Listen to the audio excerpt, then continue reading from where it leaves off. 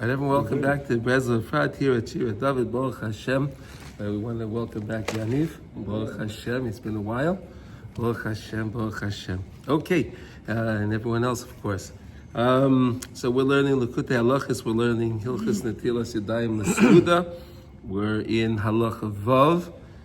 Today we're up to letter Pei Tes, which is 89. So whoever's following along inside, it's Halacha Vav 6 and Pei Tes 89.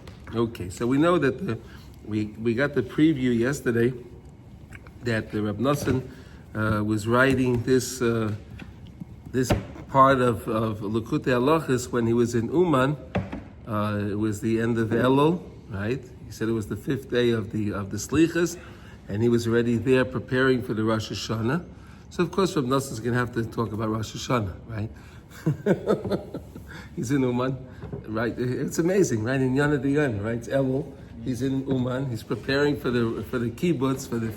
He's preparing the klois, the kibbutz of the chassidim that are going to come for Rosh Hashanah. And now he writes this. So here we go. But here we are, right around coming to Rosh Hashanah, and we're learning this. Yeah, that's right. It's very timely. It's very timely, right?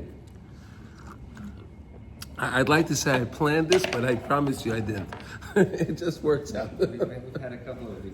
Yeah, it's amazing. It's wonderful. It's wonderful. Okay, here we go. Zeh bechinas Rosh Hashanah. This is the aspect of Rosh Hashanah. Rosh Hashanah, again, what are we talking about? The aspect we're talking about constantly to bring the two worlds together. We have the upper world and the lower world, and we're trying to mend them together. And the whole idea of Rosh Hashanah is Malchus, right? Coronating the king, accepting the king upon ourselves, right? And the king is up on high, and of course we're down here. We want to make that connection. So the Zeh bechinas Rosh Hashanah she'oz kol Yisrael oiskim b'zeh.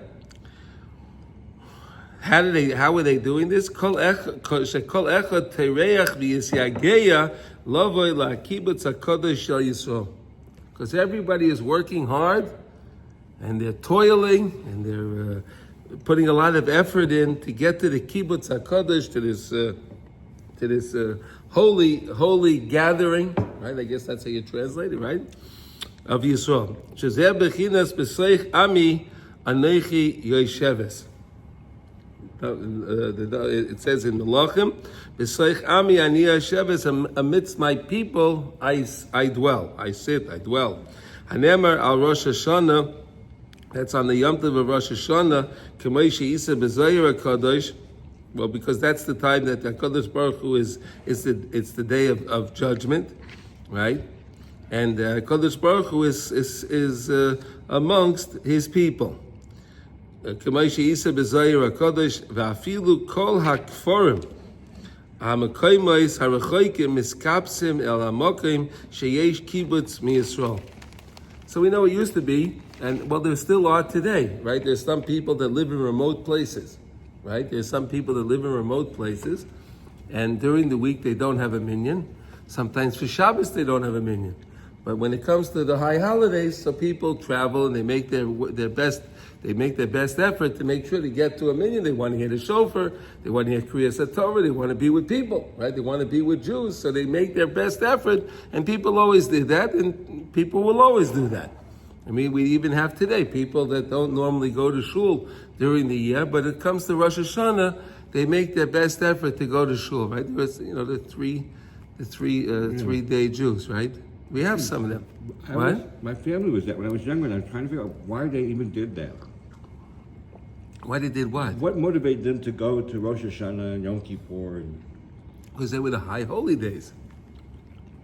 They put that, that's the minimum you have to put in. If you want to call yourself Jewish, I guess. I don't know.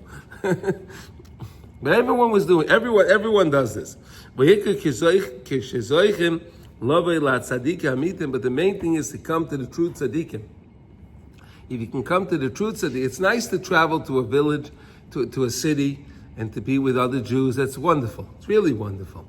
But if you can come to a place where you have special tzaddik, a place of true tzaddikim, and to be with tzaddikim, that's a very, very special thing. And you see this also even in the yeshiva world, right? You have the guys always want to be with the Rosh Yeshiva for Rosh Hashanah, right? They want to go to they're traveling. This is a thing in Klal Yisrael. People did that. I mean, today, and it's been that way all the time. Today, when people want to go to Uman, they're like, how can you leave your family? But we've been doing this for literally hundreds of years. It's nothing new. This is not something. It's not a new concept that people would leave their homes and go somewhere for Rosh Hashanah without their families. Okay. Kasher noyegim kol Yisrael in the Seil Tzaddikim Rosh Hashanah, like we said, like all Jews, whatever camp they're from, wherever they go, but they all try to gravitate towards their Rosh Yeshiva, towards their Rebbe for Rosh Hashanah. That's the system. Okay. Kikra kibbutz v'kiyuma yuhu al yedei Tzaddik haroya hamiti bechinas Moshe, because the main kibbutz is gathered together. Right? It's, like we said, the tzaddik is the roya neman. He's the shepherd. Like we said, he takes his arm, and the Jewish people are known as a flock of sheep, right? And most people do the right thing, and they stay in the program. But you have those that wander off, right? You have those that wander off. Just say the same way sheep are they're herd animals, so they pretty much go together. But you always have those that wander off. So then you need 23rd Psalm. The 23rd Psalm. Yeah. Then you have dogs. Dog, but no. Then you have dogs. Well, the lazy shepherd has a dog, but the Raya Neman, he goes over to the sheep and he brings him back into the fold. Yeah, the lazy shepherds, they send their dog out there and they move. Yeah, dogs that he has a stick. I know. A stick. No, but it's again all of the Avos, and even the David HaMelech, they were all shepherds. To understand the way we are, you can understand that from sheep. We're compared that way. We are sheep. You want to say something, David? No? Okay. And look, and listen, when it comes to Rosh Hashanah, the Rebbe said that the HaKadosh Baruch Hu gave him a matana, that he understands what Rosh Hashanah is. It's amazing, right? That's what the Rebbe said. No other tzaddik ever said something like that. There's no other, there are many great tzaddikim out there, but no one made a statement that he understands. Hashem gave him the matana, that he understands what Rosh Hashanah is. I mean, everyone on some level understands what Rosh Hashanah is, right? But he understands the essence of Rosh Hashanah. And the Rebbe said, "You come to me, right? And I will be your defense attorney, right? It's like what's it called? Rabbi Chaim always says, "Hey, if you're on trial for your life, who would you like to have next to you? Would you like to have your lawyer next to you, or would you like your wife?" Right? Person's on trial for their life, right? They're on trial for their life, which is what Rosh Hashanah is, right? Mi yichya, mi yamas, right? Right? That's really what the day is. So then, when the question is, who do you want to have next to you on that day? Make the decision. You want to have the best lawyer in the world, or you want your wife? Exactly. That's what Rabbi Kramer says. Yeah, that's what I'm saying. Yeah. Right.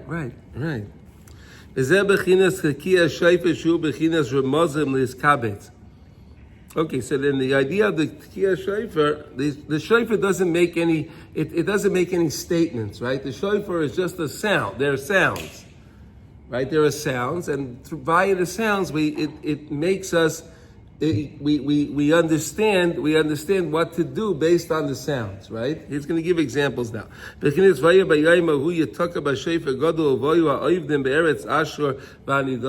be on that day when Mashiach comes, right? On that day, there's going to be the shofar gadol. That's going to be the other horn from the ram that Avraham Avinu took in lieu of Yitzchak Avinu, right? For the Akedah, right? So that's the other horn from that ram, and that's going to be the ram we're going to blow, and then everyone's going to come from all over. Literally, that horn from that ram. That's what the Chazal tell us. Yeah, right. That's right. That horn. Yep. Yeah. And listen, we'll read inside. Here we go. V'aydeha Ramazim, through the hint. So we said many times you could learn things through the hinting better than even with words. Sometimes you just know what to do intuitively when you see the hint from somebody, right? Like yesterday we gave the example of Moshe Rabbeinu, right? Moshe Rabbeinu when we were fighting with Amalek, right? This week's parsha we talked about Zchias Amalek, the end of the parsha, right? Yes, you see that's in the parsha this week, right? Yeah. Zchias Amalek. Yeah, we end off the parsha that way, right? All right. So he said. So when Moshe Rabbeinu's hands were up, right? When his hands were up, we were winning.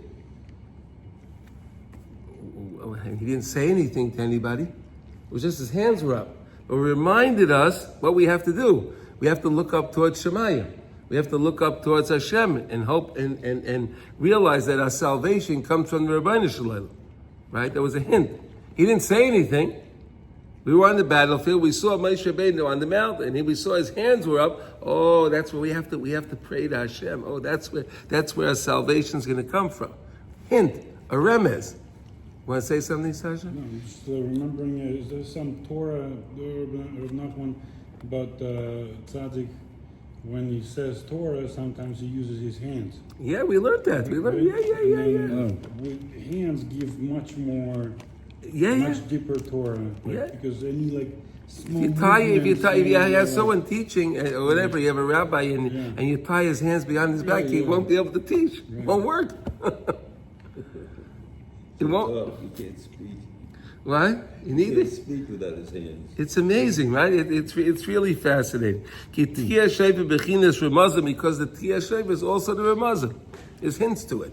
Now, you're not hearing anything. It just wakes things up inside of you without making a statement. No words. They're just sounds.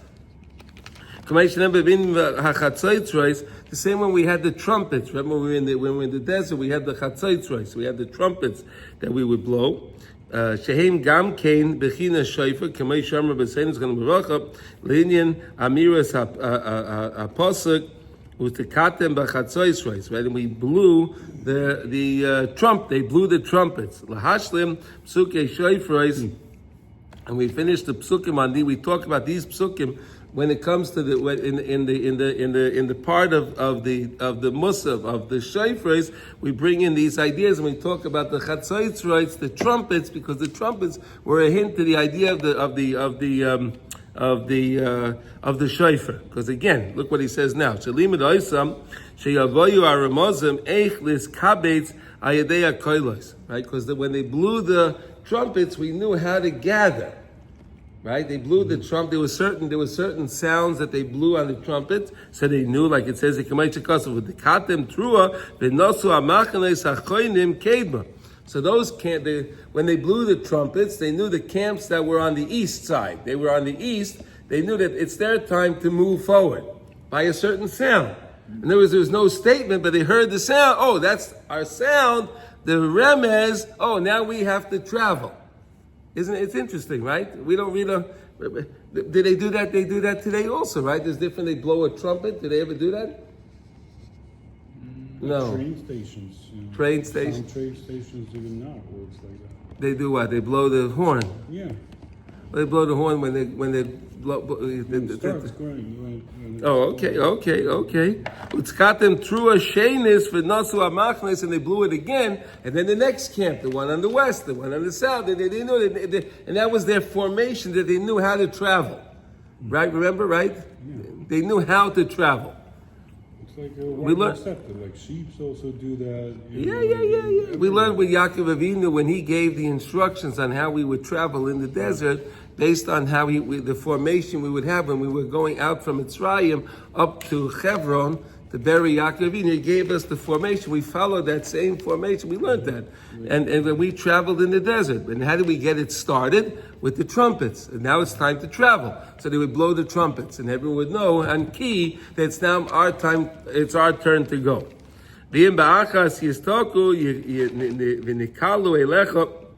Okay, so here now we established that there's an idea when you blow a trumpet, when you blow the shofar, you understand how to gather, you know what to do.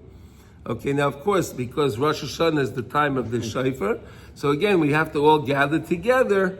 That's the whole point of being together. Okay, he's going to explain now. B'chein aminog b'chol tachsisei milchomos hagashmias shelomdu Yisrael miseder hadegolim kamuva b'sfarim. And all when it comes to milchama also, so they would also blow their horn to know that the troops would know what to do. Right? Again, you can't always make the statement. So they would blow. Did they do that today in battle, Yossi? Do they have any kind of horns? Do they blow anything? Or do they do anything like that? Or they have radios today? Yeah, I think there's a little more technology. I don't know about. They don't blow any horns anymore. No. I don't know about the horns. But that's the idea. The movies. I mean, That's the idea. In We sports, still- even in sports, like it's widely accepted, like everywhere, like whatever. They use whistles, right, in sports. The whistle, right? So they do some signal, whatever. These guys just stand like that. They do like that, you know. Yeah, that's okay. In Yerushalayim, Yeah. by the Kotel, Yeah. it continues all the way towards Yer David, and that's just a small part of it. Yeah. So the cornerstone Yeah. of the southern and the western wall, okay, the cornerstone, Yes. was knocked down along with many others by the Romans, and they're still there. And they're black. They made a big hole in the ground. They got pushed off, and they're Okay. And one of the stones that they found was, and it says, you can still see it in Hebrew on it. This is for the trumpet blower. Ah, he stood there. He stood there. That was his He spot. stood there. They said, yeah. Why? Because he would blow the trumpet to let everybody Know what to do. That okay, the Kohen's coming. We're about to do. Yeah.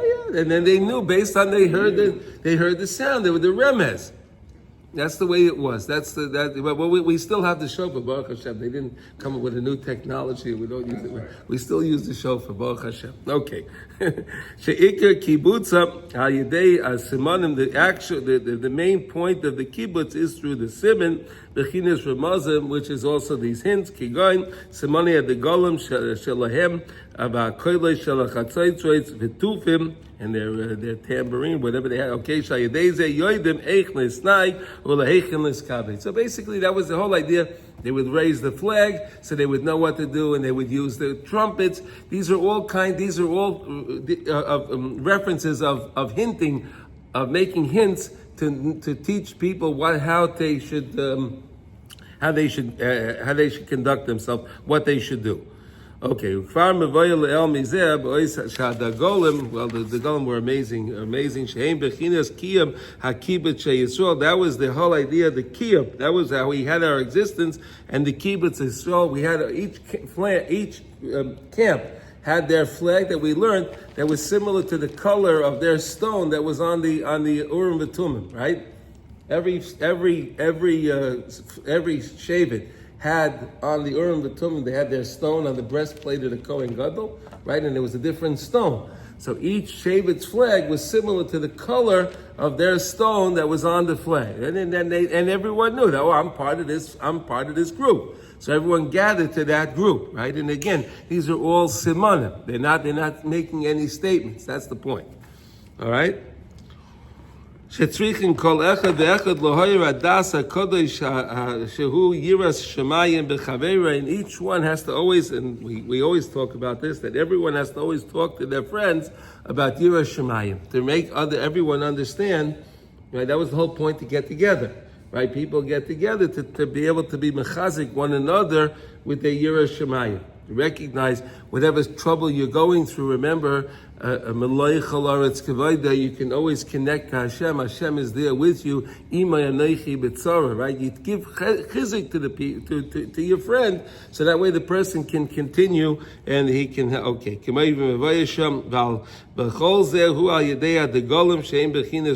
All this happened through these the golem and the ramazim with the trumpets and the shofars, all different references of hinting and to teach people what to do. Shemerimin degel ploini kedei sheyedu kol echad leheichen lifnois pilele.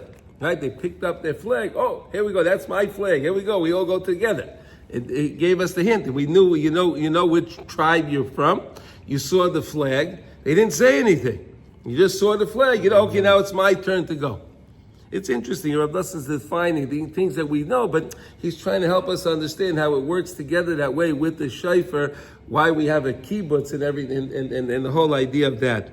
There you go. Okay, now v'zeh bechinas eshrika lahem ve'ez kapseim, right?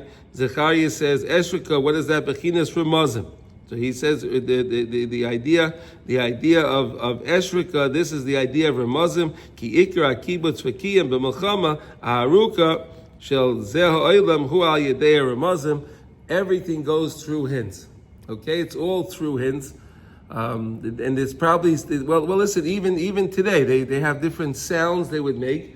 They don't always use words, but they use different sounds and Morse code and different things, right? They would use different things that were hinting to teach people what to do. And there's such an idea as hinting, like we said, with the hand motions, and when it comes to the shofar, when it comes to the trumpet, when it comes to the flags, and so on. Okay. Like we get hints all the time during the day from Hashem, and like we get like during Purim when we got hints that Hashem was there, we really didn't know it was there. Mm-hmm. And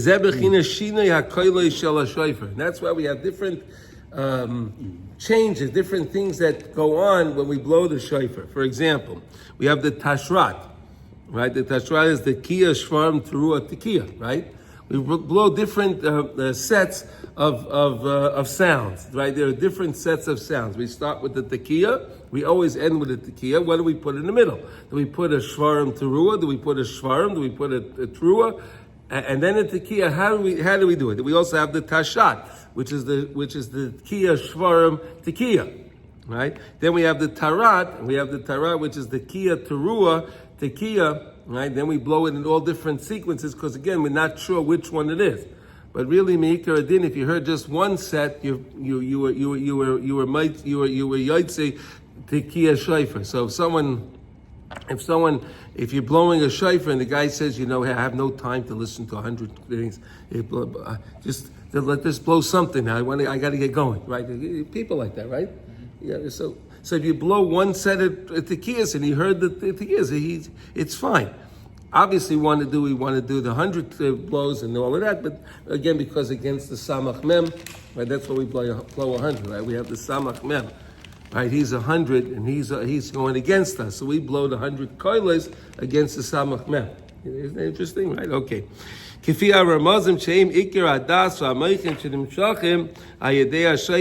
these different things that happen through the shofar, right? And there's different sounds, right? They're wailing sounds and crying sounds to teach us what we have to do on these days to wake up. Uru yeshenim yishenaschem, right? The famous words the Chazal tell us, Uru yeshenim yishenaschem, right? To wake up you sleepyheads from your spiritual slumber, right? Wake people. It's way to wake people up to feel more emotional. Okay. Bikar our Muslim shehem kiyam adas lenetzach, and the whole idea of this hinting, by these hints for the Ramazim, that's wakened by the shofar. This is our kiyam das lenetzach. This is our das that we have for eternity. Hu al yedei ha-Torah shel Tzaddik bechinas Moshe. Right? Moshe Rabbeinu's Torah is what we have lenetzach. And if we follow the Torah, we follow the 613 mitzvahs, and then we'll have all the brachas of the Torah, like we said, right? Vayikev Tishmun, right? Like we learned the other day, right? Shu bechinas kichol b'shemayim u'oretz. In the Torah, you have everything kichol b'shemayim u'oretz, right? The Torah gives you an understanding of shemayim and oretz, right? We talk about Breishis Bar Likim as a shemayim v'es oretz, right? There's an idea of shemayim and oretz in the Torah. Sheyochel lahara b'darei mala b'darei mata v'chlulim yachad. The idea that the tzaddik can take the malachim up on high, darei mala, those that are high on the high level, and then to the darei mata down here in this world, and to bring those two worlds together. We said, where was that happened the best? That was in the Beis Hamikdash, right? In the Beis Hamikdash, we had that that was the best example of where we were able to bring the worlds together, right? Because you brought your carbon, right? It was from an animal, from something artsy, from this world, very physical, very coarse, right? And you sacrificed the animal on the altar, By doing that, it brought a pleasant aroma to Hashem, and Hashem came down, and that was the bringing of the two worlds together. All right, Machmas shechidushay Torah hu klolius. The idea of Torah itself is klolis ki nilkach mishorish nafshes Yisrael, because it's attached and it's taken from the nefesh of Yisrael. Sheloichim miskapsim yachad koidim hadrush. Right, bebechinas v'leikeach nafshes chacham. Right, the idea that people get together before the drush, before the Torah, and then the tzaddik will be able to give the teaching over, and so on, and that's how you bring the things together. Okay, now by days there, gibayrim oil chacham v'yored oz hamiftacha shehu aTorah. Okay, good. Okay, nikres Torah amitis kazois ois miftacha. Therefore, the Torah, the strong Torah from the tzaddikim, is called ois miftacha, right? Powerful bitachon. It's called a powerful. It's a powerful bitachon. Ki tayroisa v'deroisa v'gedoshim chayim v'kayamim l'hadar li'ol me'elamim v'heim muftach ois. They have a strong bitachon l'chol ha'meisim leiv l'divrei tayroisa. He who places his heart towards the Torah. Right? You know, sometimes people listen to something, but they're just in their mind, they don't let it trickle down into the heart. Right? They don't let it go down into the heart. The main thing is always to connect the mind with the heart. Right? We don't want to keep the mind separated from the heart. That's why most Hasidim, they don't wear a tie. Right? They don't wear a necktie, right? Because when you wear a necktie, you keep it nice and tight. I want to keep what's ever up in the mind. I don't want to let it go down to the heart to affect me. You ever hear that? No, I haven't, but I like that. I never liked wearing. Make the necktie nice and tight, right? I can't Like stand when the someone's tie. getting married. Uh-huh. They wear a tie when they get married, and they tie it real tight. Yeah. All right. Anyway. Yeah. Okay. But the main thing is to let it go down into the heart in order to affect the person. If it goes down into the heart, right? That's the main thing. So that way, when you learn something, you benefit by it. Right? A lot of times people learn things and they just I heard it. Okay, go on, and it doesn't change them. When you learn something, it's supposed to be you learn it, so you're supposed to be able to take it on, and it's supposed to be to help you to get closer to Hashem. What? Yeah, bring it back to your heart. Yeah, but then He's right. He's saying good, right? And bring it back to your heart. Bring it to your heart, right?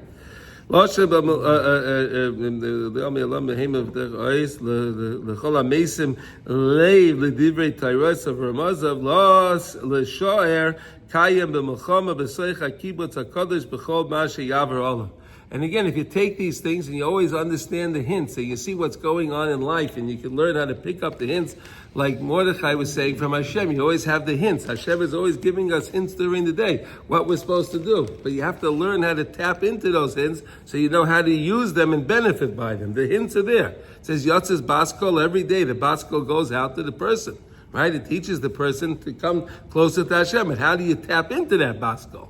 How do you tap into that? That's what we're learning. Okay, Zel Bechinas Mashim Avoyel Pasuk V'nei Yisachar Yadei Avina Leitim Ladas Ma Yaseh Yisrael. Yisachar, of course, were the ones that were learning. That was the shevet that was learning. Zvulun was the one that was going out, and they were earning they had their partnership. Zvulun had the partnership with Yisachar, right? Zvulun would go out and they would earn the money. And they would go perform whatever they would do, all their business transactions, and they would support Yisachar, right? But Yisachar was the Dorei Mala, Zvulun was the Dorei Mata, and they would bring them both together. Another example of bringing the two together, right? Yisachar is the Dorei Mala, they're the ones learning, they're the upper ones, and the ones that were working, but you need them both together. You can't have one without the other. You need them both together. You always have to mend the lower together with the upper, and that's the point over there, okay? Any questions on that? No? Okay. So that's the idea of coming together on Rosh Hashanah, and then Reb Nachman, like we said, Reb Nachman was writing this in Uman right before Rosh Hashanah, And he wants us people to understand the hints of what we're supposed to do and so on and so on. Okay, here we go. Let's go to Tzaddik. V'zeh bechinas achilik sheyesh bein achilas lechem l'shar peres u'macholim. So again, we touched upon this before, but Rav Nosson is going to take this a little further now. We're going to describe the difference when we eat bread to other different fruits, even though the fruits can be from the Zayaminim, from Eretz Yisrael, right? But there's still something special about bread that has something special over even the most beautiful fruits, right? And we said that even though the fruits have such nice taste and they have such nice, right, and they're so pretty and they have such nice taste, but the bread has something satisfying that the fruit doesn't have. Right? Okay. Let's see. Right? The main point and the main staple in a person's life is really their bread. They have the most satisfaction from eating a bread. Yossi told us when he went riding his bicycle or something, right? You always had that piece of bread, right? You had your little sandwich. It gave you such a menucha, something so special. What? Best energy, best power. From just a piece of bread. Yeah. It's really a menu. That's our main staple. That's the main staple. Aval shorei peiros u'macholim af shehem mechayin u'meishivin es hanefesh. Even though the fruits are so delicious, right? And they also give you a nice menucha. They give you something that feels nice when you eat a nice crunchy apple, maybe, or you have a nice peach or whatever you like to eat. It gives you get some menucha from that. It's something nice, right? Aval hu rak lefi shah. But that's only for the time that you're eating it. It doesn't really hold you over. You'll get some benefit from it while you're eating it, but it's not gonna hold you over for a few hours. It's for that time. Everybody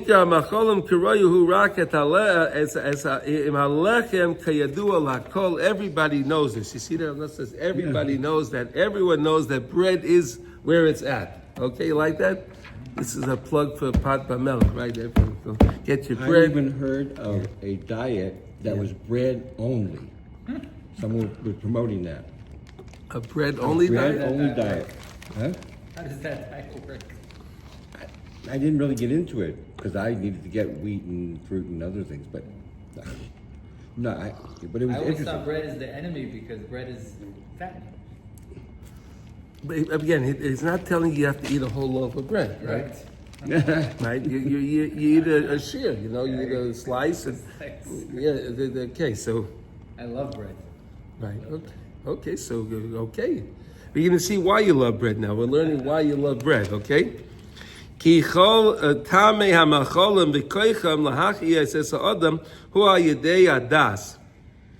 Again, when you eat and you understand what you're eating, right? And you understand the benefits of what you're eating, the body accepts it in a different way, right? If you know what you're eating and you're eating it for that reason, you have the right das that's connected to it. And when you're eating it, you realize, wow, this is something that Hashem prepared for me. This is what Hashem prepared for me, and I'm eating what Hashem wanted me to eat. This is very special. Wait now, let's wait a second. There's das in Chachma, and then there's das in Chachma. Let's discuss what is this das and Chachma. Okay,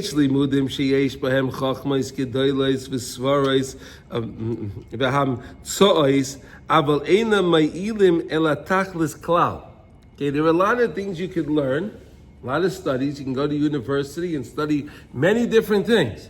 But it's not going to bring you to your tachlis. It's not going to help you. It's not going to bring you closer to Hashem, to bring you closer to your tafkid in life. It's a lot of information. It's information. It's chachma, right? Yesh chachma b'goyim, right? Chazal say, right? Yesh chachma b'goyim, right? It's chachma, but it's not going to lead you to your tachlis of what your purpose is here in this world. And there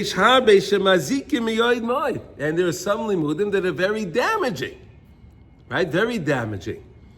I mean, just take a look today in the university, right? Look at all these people, right? Look at all these young people. They go to these universities and they're picketing for things. They have no idea what they're doing, right? Right? They have no idea what they're doing. They have no idea. Right? They're going again. They love Hamas, free Palestine. Right? They have no idea what they're saying. They have no idea. They're learning this in university, right? Right? And it's damaging them. It's taking them away from their tachlis. That's the damaging point. As the Rebbi Nachman says, like you have when you're learning things, secular things, right?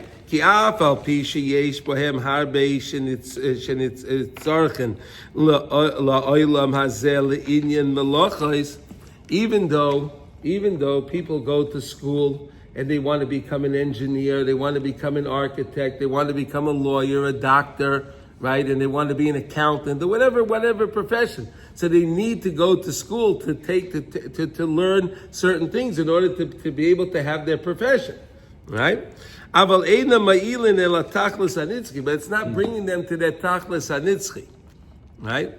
There was a great tzaddik, Rav Shimshon David Pinkus, right? He was the Rav in Ofakim, right? So he wrote many beautiful svarim, and in his writings he writes that today we were talking before about Mechias Amalek. So Rav Pinkus says how today in modern time can we actually eradicate Amalek? Right? We can't really do it. Even if someone we knew for certain, okay, this guy here, he's a real Amaleki. This guy, he is the Amaleki. If we knew that for certain, right? We won't. But even if you did know, what can you do? We live in a society that we can't just kill people, right? Despite what the world says that we're doing genocide. We don't do that. Right? We don't do that. Rebbi Nachman was able to do that. If you really want something bad enough, maybe that's the way to do it, to pray, to want to. If this person is Amalek. No. So, but you can't do it. So Rav Pinkus says, what can you do today to be Mekayim, the mitzvah of Zechias Amalek? How do you do that today? It's incumbent upon us, right? We have the mitzvah. Yeah. How do you fulfill the mitzvah today if you can't eradicate Amalek? So he says it's very simple. Amalek today tries to get into our minds through our reading, like Rebbi Nachman's telling us here. Right? There's a lot of different limudim that we learn, and those limudim are written by the different agents of Amalek. Right? So these professors and these guys are all agents of Amalek. And they write, and they write all of their stuff, and then when you read it, so it's so to say it infects the mind. It infects the person's mind, right? So Rav Pinkus said, so like this. So if you take, and he says, and he discussed the two different ideas. Let's say you take a sefer, right? You take a sefer. You want to learn Torah, you want to read Tehillim, you want to take any sefer, one of the Sifrei HaKodesh, you want to take a holy book that was written by a Tzaddik. So he said, what's the difference if you read that book? He says, very simple. He says, that book was written by somebody that was working on his Kedusha, his Tahara. He was working on the Shmiras Einayim. He was working on his Kirvas Elikim Li Tov. He was working on getting closer to Hashem. So when he's writing, in the words that he's writing is included all of that Kedusha. Right? So when he takes his pen and he writes, it's not just the word that you're reading. It's not just the word that you're reading. It's everything that the person's essence is in his pen in what he wrote. So when you read something of holiness, it brings you towards holiness. Mashen Kain, when you read something that was written by somebody that was not very working on his purity, and he was someone that was very arrogant, right? And he wasn't working right on his anava, right? And could be the person was doing very immoral things, right? So then when you're reading those words, you think, well, I don't know, I'm reading a journal, I'm reading, what's the big deal, right? No, but all of his life experience is also in those words. So when you read those words, it affects the mind. It draws you away from Hashem, away from the Tachlis. So Rav Pinkus said that any time that you want to read something that's not written for the sake of bringing you closer to Hashem, and you don't read it, you're Mekayim the mitzvah of Mechias Amalek, because that's what Amalek is doing today. That's how they're trying to attack us. It's fascinating to understand that, right? I never saw anything like that. In other words, in their words, it's not that you're just reading words. The words that you're reading is their life experiences in the words that you're reading. So you think you're just reading this book, this journal, this article that the guy wrote, but no, wait a second. You read that article and it can be very, very damaging and taking you away from what your tachlis really is. Could you appreciate that, Yossi? Could you appreciate? Yeah, I'm just thinking of a. You heard about Pinkus, right? Of course. Oh, okay, In fact, okay. His great grandson is a client of mine. I guide him regularly, and he always on. I've been there 4 or 5 times. He goes to the kever. Of course he's going to go. It's his grand. He was awesome. He had tapes also. Yeah. I had some tapes from Rav Shimshon. It was unbelievable. Yeah. He was mamish. Yeah. Rav Shimshon David. He started out in Yeshiva Shar Yosef. Yeah. And it was the Rosh Yeshiva that told him to go to Ofakim. Do you know that, right? Amazing. Yeah, to go to the middle of nowhere to Ofakim. Yeah. He's an American, and he's driving American. the whole country. They ended up killing him. He was in a terrible In accident. Terakar, Erev Pesach. Pesach. He was taking his wife to get a new dress. They were going. They had terrible or whatever.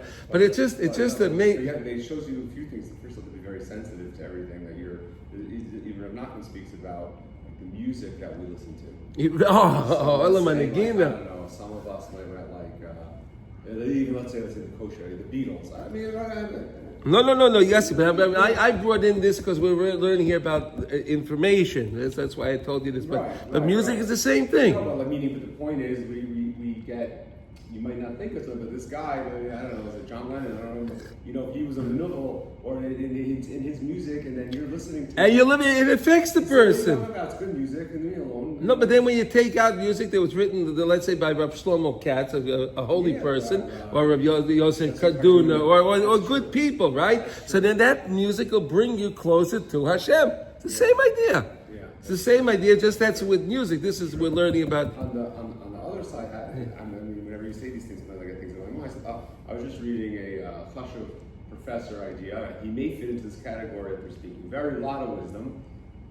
He was talking about the union of marriage. Yeah. And what he said was, he goes, back in the old days, so of course they came up with marriage because people were under attack and they had trouble with survival. So it was a good system to create for procreation. Right. And we're in this together. We live a short life, and people die very young. It's a good idea for us to be Meant to today. Today.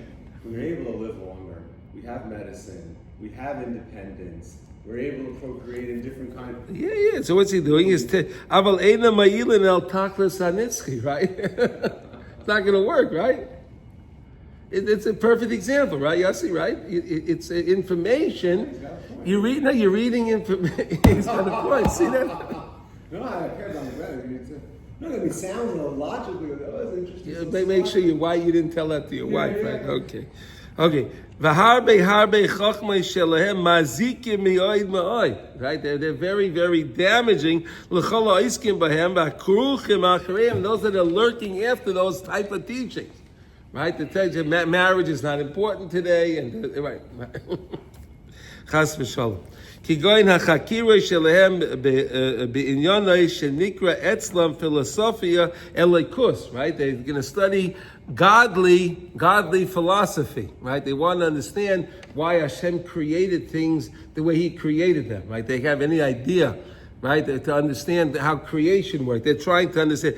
Shehu shezeh mazik mioid ki boim likfiros gedolos kimufusam. They come to very tremendous kfira, heresy, right? They come to a high level of heresy. Ki efsher leida mimenu yizbarach ki im al yedei toiras Moshe shebiksav v'al peh kifi ma shemefarshim lanu hatanoyim v'amarayim. Right? You can only understand Hashem through Torah. Right? HaKadosh Baruch Hu breaches to Bar Likim Asher Shmayim V'Esaretz. You understand how the Torah tells you. Look at Chazal. You see what the Tanoim and the Marayim and the Rishonim and the Achroinim, what they had to write.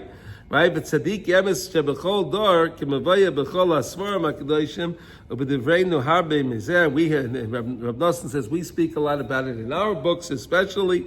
Umisham michachmas halimudim elu nimshachim tamei peiros v'hamacholam hamazikim mioid la'odam. So we know that there are also different types of foods that are very, very damaging to people. Rav Nosson is bringing the idea of information, das, right? So, do you ever realize that there are a lot of different foods that are not good for people, and they're not supposed to eat it, but people want to eat it anyway? Why? That's the same idea as the knowledge, right? Bad knowledge, right? But there's something drawing them to eat something they know is not good for them. They know this is not good. I'm not going to feel good if I eat this. Or smoke something, or drink something, or... Here we're talking about food. Here we're talking about food. Here we're talking about food, right? Or food or drinks, right? Right? Drinks, right? A person will drink what? What? Just joking. Where people will drink liquor and they'll drink all different things, right? Shaheim Sam? Coca-Cola. Coca-Cola, right? That's no good? No. No good. Okay. Sheheim Sam Hamavis. I've read labels, today. Oh, they have the label, right? Yeah, the label, right? It's a label. Right. Sure, I see it. I just saw it on the box. Sukra Givoa, right? Sukra Givoa. The guy on like the hospital table, like, with his heart open and his lungs are popping. I need Coke. I can't believe it. No, it's amazing. I mean, beyond just the warning, this is dangerous. His mom was a picture of a guy there with the lungs. I was. Where, on the cigarette box? Yeah. Oh, that's what they put now? It still won't stop. Yeah, it's very accepted. In Russia, like every box. Well, Yossi, Has a picture? Yossi, the best thing is you see the surgeon that operates, he's smoking. The surgeon that does he's the one that's smoking. I've seen that. Yeah, you see that, right? I've seen that. You go to the hospital, you see these surgeons, right? You see the surgeons outside. They know what the damage is, and they're sitting there smoking. It's amazing. Rebbi Nachman took a lot of slack for this, like, because he's so against this outside wisdom. Again, he's explaining. We can understand now a little bit more, but it's the guy. He's against college. He's against. No, one second. I just want to finish. Wait, hold on a second. I want to finish one thing. Rav Pinkus also said. So Rav Pinkus said like this. I forgot to say this, but it's very important. He said when it came to college, right? So he said if a person is going to school because he wants to earn a living to be able to send his kids to school and pay the tuitions and be able to buy kosher food and do what he's supposed to do, and that's the purpose he's going there, and that's what he's learning. He's not doing it for his enjoyment. He's doing it for business. He's doing it so he can earn a living. That's why he's doing it. The doctor is reading the medical journal not because he loves the medical journal. He has to see what the newest the technologies are and newest things in his field. So he has to be aware of these things. So then Rav Pinkus wrote that won't damage the person, because again he's doing it for the sake to be able to do the right thing of his tachlis hanitzchi. He's not doing it, but he said, but if you're just reading it, stam because you enjoy it, that's where it's damaging. You understand? So if you're going to study something because, for example, you're a tour guide, right? So you have to understand there's different things you read sometimes, right? Because they found something new. You have to, so when you read that, because that's for your business, right? That's for your thing. So you should understand what's going on. So then that's okay. It's not going to damage you. But if you just want to read it stam, then it can be damaging. You understand the difference? But advancement in the world, in the field of science, medicine, space, that's not incredible. If the person is, again, it depends. If that's your area for your profession, and you're studying and you're reading to stay up on your profession, you'll be protected if you're doing it for the right reason. You're not going to have your profession so you can buy a bigger house, more cars, a plane, and that's no good. But if you just want to do it because you want to be able to buy and do what you're supposed to do in life, to give you tzedakah and to do what you're supposed to do, raise your family the right way, pay for the chassid, and do all of that stuff that you're supposed to do, then you'll be protected. And the HaKadosh Baruch Hu knows what the person's, Yadei HaMachshavos, right? The HaKadosh Baruch Hu knows what we really, what we do. Okay. What different things that we eat. So again, we're making the idea here. So when I eat the bread, and whatever I eat is a das, right? When I recognize it's for Hashem and I'm trying to eat in order kedei lahaves es haguf lelavet es Hashem elekecha, right? I'm eating so that way my body can have the right vitality so I can serve Hashem, right? I can have the koyach to serve Hashem, so then that's very good. That's good das, right? But if the person's just eating stam because he wants to indulge, well, then it can be damaging, right? Or the person he takes a l'chaim, right? One l'chaim, that's fine. But the guy then drinks another cup of liquor, another cup of that can be very damaging, as we know today. Okay? Do we understand this? Yeah, we agree with this? We're going to continue more on this idea, but it's an interesting thing that Rav Nosson brings this idea.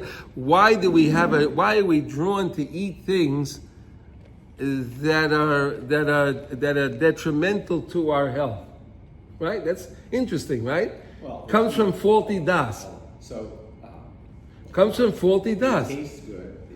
Yeah. They give you a rush. And again, you see Yeah, I understand, but ultimately, what it's going to do for me? Ultimately, it's going to be bad for me. Gives me the rush right this second. Right? The Avera gives you the rush right this second. And then what? It's the same thing. If a person's thinking about what his tachlis hanitzchi is, it's Elul now, right? So we're supposed to be thinking about that, right? This is the right time, right? This is a big deal. I mean, everyone is taking work that they don't like, so they'll get it from secular whatever, or the evil Sitra Achra is making, it's like, how do I say what I'm trying to say here? It's, he's trying to attack us in any way he can.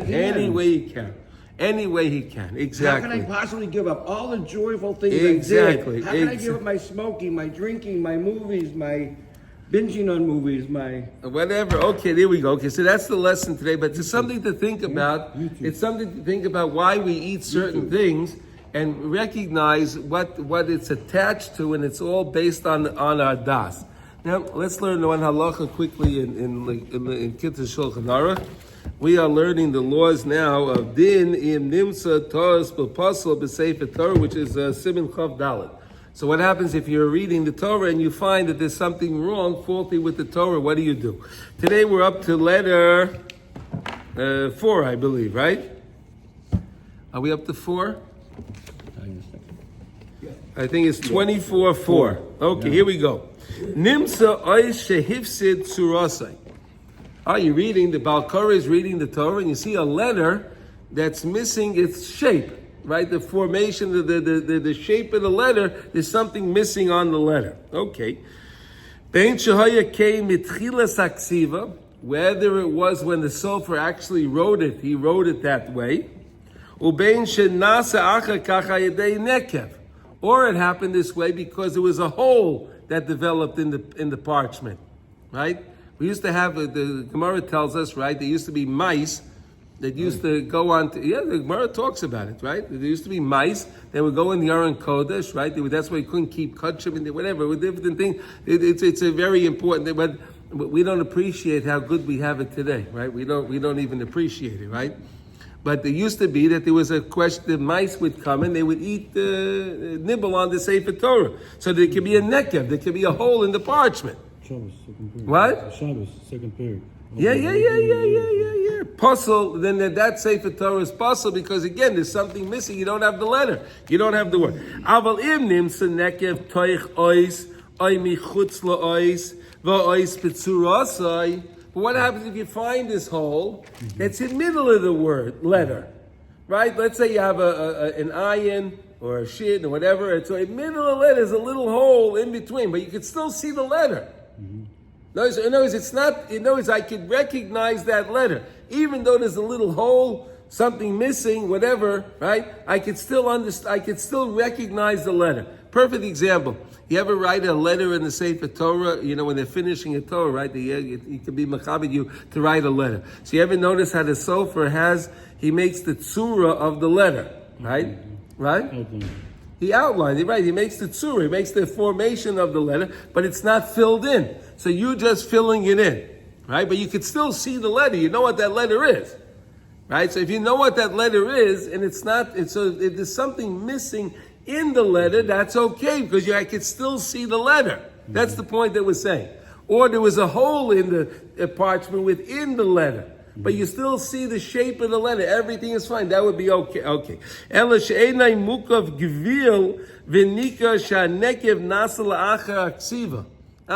But you can see that this nekev happened after it was written. Right, you can see it was one time. It was great. It was nice. It was flat, and the letters were all good.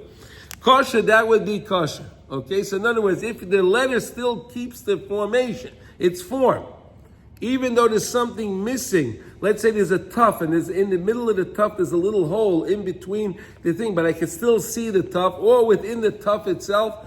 Within the letter, within the there's a little hole, and then that's okay, because I know it was there originally. Something happened that it changed it.